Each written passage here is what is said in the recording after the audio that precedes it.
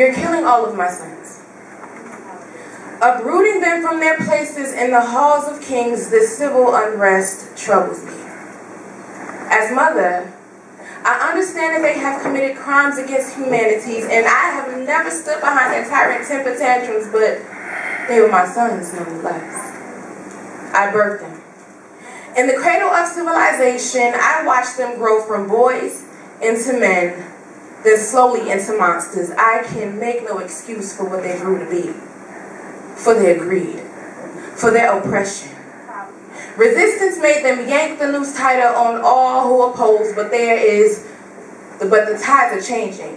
There is an uprising of nations, a stirring in the core of my being every time one of my sons is snatched from the stars to be made examples of by Western civilizations. This, they say, is what becomes of you when you defy us. Ashes to ashes, dust to dust, staged burials at sea, your hands wiped clean on the shirts of the real martyrs of the blood that you shed. Do you believe that you are blameless in this all? Yeah. Do you really expect me to look at you as heroes because you have overthrown rulers, forced them into exile, trial by foreign jury? The assassination of any man, whether good or evil, is a crime against God, and you have been committing these crimes in circles. Who are you?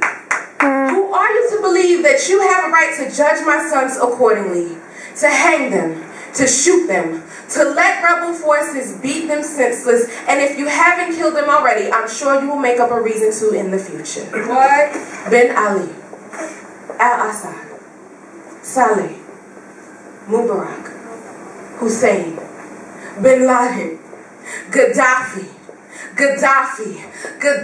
you let them yank Gadhafi from the back of a truck, body bloody, face distorted, dragged in the streets by his own people as they danced and praised the Creator. Allah Akbar, they screamed, while he, begging and pleading for his life, he cries, don't shoot, don't shoot, don't shoot, but they shot